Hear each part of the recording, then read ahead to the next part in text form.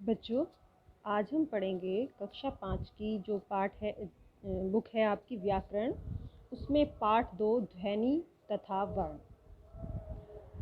ठीक है, देखिए इसमें ध्वनि तथा वर्ण के बारे में बताया गया है। तो देखते हैं इसमें क्या है।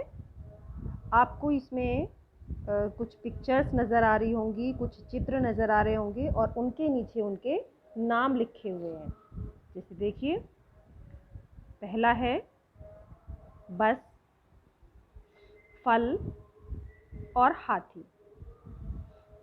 अब देखिए इसमें क्या दिया हुआ है कि आपको ये बताया जा चुका है कि मौखिक भाषा का संबंध मनुष्य के मुख से उच्चारित होने वाली ध्वनियों से होता है। तो हमने इससे पहले जो पाठ पढ़ा था उसमें हमने मौखिक भाषा के बारे में, लिखित भाषा के बारे में जाना था। तो हमने क्या देखा था, क्या पढ़ा था उसमें कि हमारे मुंह से जो ध्वनियाँ निकलती हैं, जो उच्चारण हम करते हैं, लिखित भाषा में इन्हीं ध्वनियों के लिए बनाए गए जो चिन्ह होते हैं वही हमारे क्या कहलाते हैं, वर्ण। यानी कि अगर हम बोल रहे हैं, उसको उच्चारित कर रहे हैं, तो वो तो ध्वनि हो गई, और जो हम लिख रहे हैं जिन चिन्हों को, उनको हम क्या कहते हैं, वर्ण। तो ऊपर ऐसे ही जो ये शब्द दिए गए हैं, इनको ध्यान से पढ़िए और देखिए इनकी रचना किस प्रकार हुई है।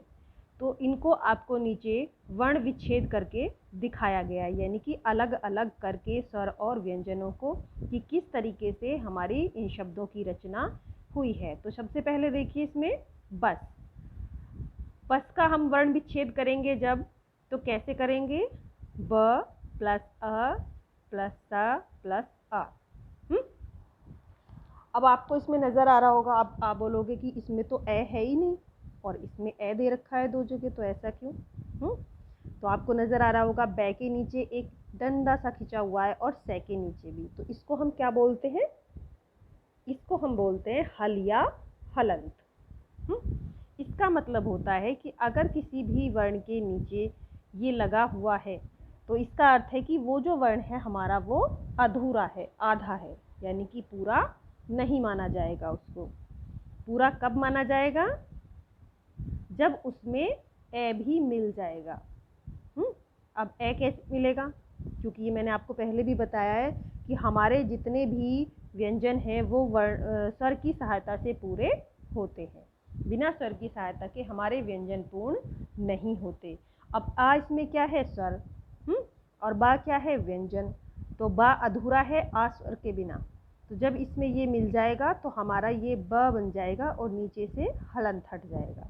ऐसे ही से में जब ए मिल जाएगा तो ये भी हमारा क्या बन जाएगा, पूरा सा बन जाएगा और नीचे से हलंत हट जाएगा। और जब हम इन चारों को मिलाकर लिखेंगे तो हमारा शब्द बनेगा बस।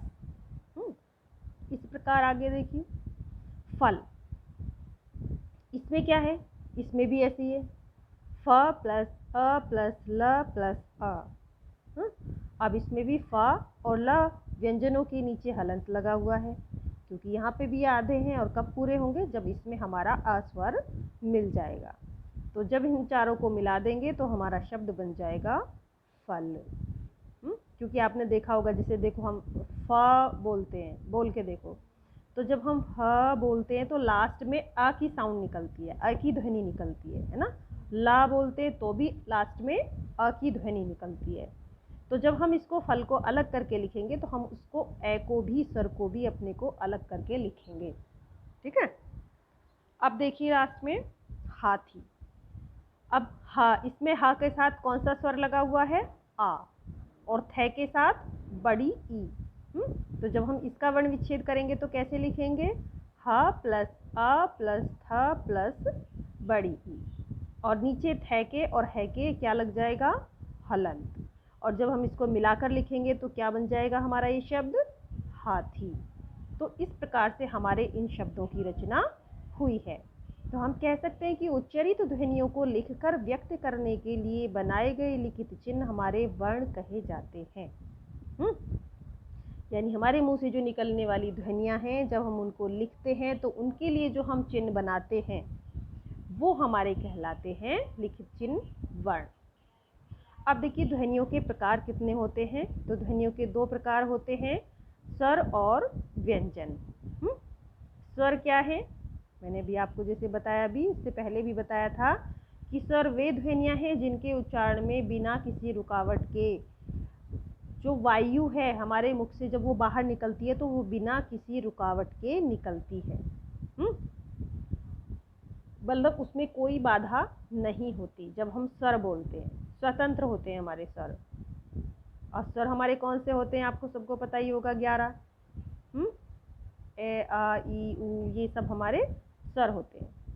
अब हिंदी में 3 तरह के स्वर पाए जाते हैं, परंपरागत स्वर, नवविकसित स्वर तथा आगत स्वर। अब इसमें देखिए परंपरागत स्वर कौन से हैं हमारे? परंपरागत स्वर हमारे वो हैं जो संस्कृत से प्राप्त सभी स्वर, क्योंकि बहुत सारे स्वर हमारे ऐसे जो संस्कृत से ज़्यादातर संस्कृत से ही आए हैं, तो वो हमारे कहे जाते हैं परंपरागत स्वर, यानी कि जो चलते आ रहे हैं परंपरा अनुसार। इनका उच्चारण केवल मुंह से ही वायु बाहर निकालकर किया जाता है, नाक का रास्ता पूरी तरह बंद रहता है। और इनके उदाहरण कौन से हैं, यानी जितने भी हमारे सारे स्वर हैं वो इसमें आ जाते हैं। अब इनमें 4 ह्रस्व स्वर हैं तथा 7 दीर्घ स्वर हैं। और ये किस प्रकार से हैं? ह्रस्व स्वर और दीर्घ स्वर। ह्रस्व स्वर का अर्थ होता है मतलब वो स्वर जिनको बोलने में बहुत कम समय लगता है, जब हम उनका उच्चारण करते हैं तो उनको बोलने में बहुत कम समय लगता है, तो ये हमारे कहलाते हैं ह्रस्व स्वर। जैसे इसी वर्ग में हमारे आने वाले जो 4 स्वर हैं वो कौन से हैं? अ, छोटी ई, छोटा उ और र। आप इनको बोल के देखिए, ये बहुत जल्दी से बोले जाते हैं, बहुत कम टाइम में इनका उच्चारण हो जाता है। और इन सभी स्वरों में जो रे स्वर के उच्चारण की स्थिति है वो अन्य स्वरों की तुलना में थोड़ी सी अलग होती है। अब देखिए दीर्घ स्वर क्या है? दीर्घ यानी कि ह्रस्व स्वरों की तुलना में जो दीर्घ स्वर होते हैं इनको बोलने में लगभग दुगना समय लगता है। यानी जब हम ह्रस्व स्वर बोलते हैं तो जितना समय हमें उनको बोलने में लगता है उससे डबल टाइम हमें दीर्घ स्वर को बोलने में, उनका उच्चारण करने में लगता है। अब इसमें जो आने वाले 7 स्वर हैं वो कौन से हैं?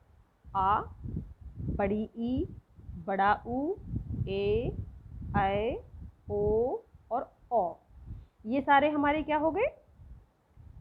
ये सारे हमारे हो गए दीर्घ स्वर, क्योंकि इनको बोलने में हमें थोड़ा ज़्यादा टाइम लगता है, ह्रस्व स्वर से दुगना समय।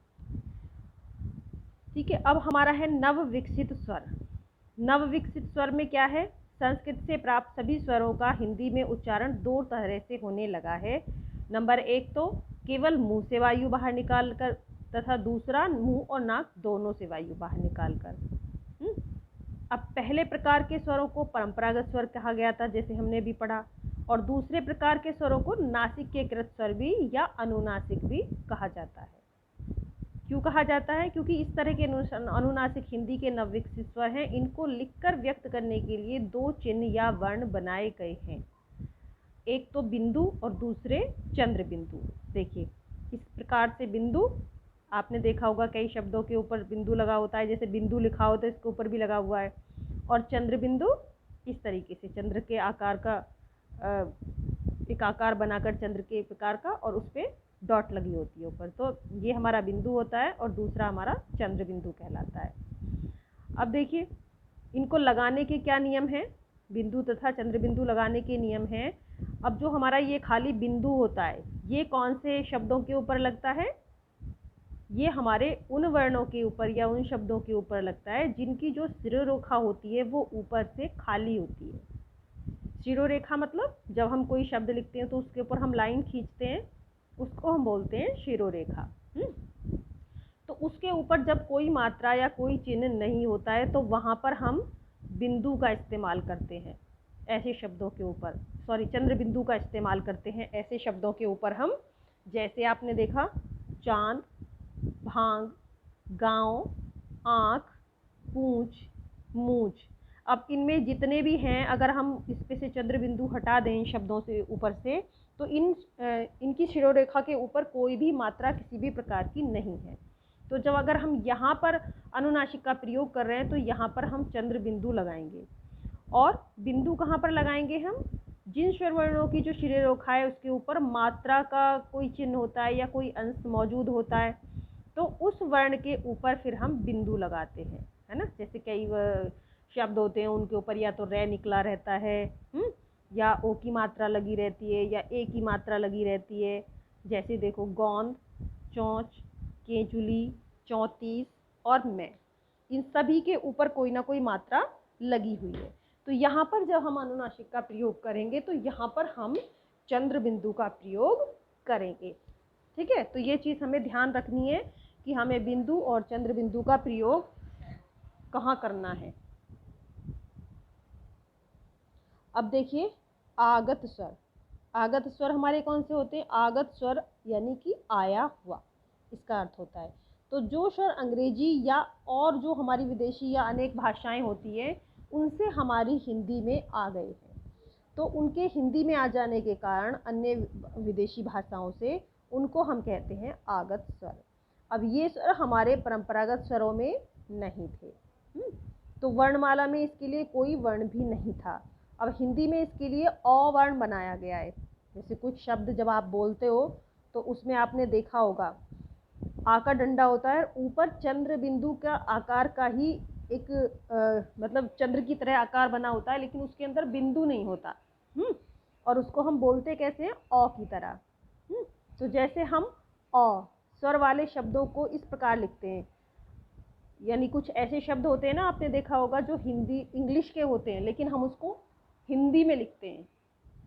हमारी हिंदी में भाषा में वो आ गए हैं, या तो उर्दू से आ गए हैं या इंग्लिश से आ गए हैं। तो जब हम उनको हिंदी में लिखते हैं तो हम उनके ऊपर इसका प्रयोग करते हैं और बोलते कैसे हैं उसको? जैसे ऑफिस, ऑर्डर, कॉफ़ी, डॉक्टर आदि। तो ये थे हमारे स्वरों के प्रकार। तो इसके आगे का बच्चों हम पढ़ेंगे नेक्स्ट वीडियो में। धन्यवाद।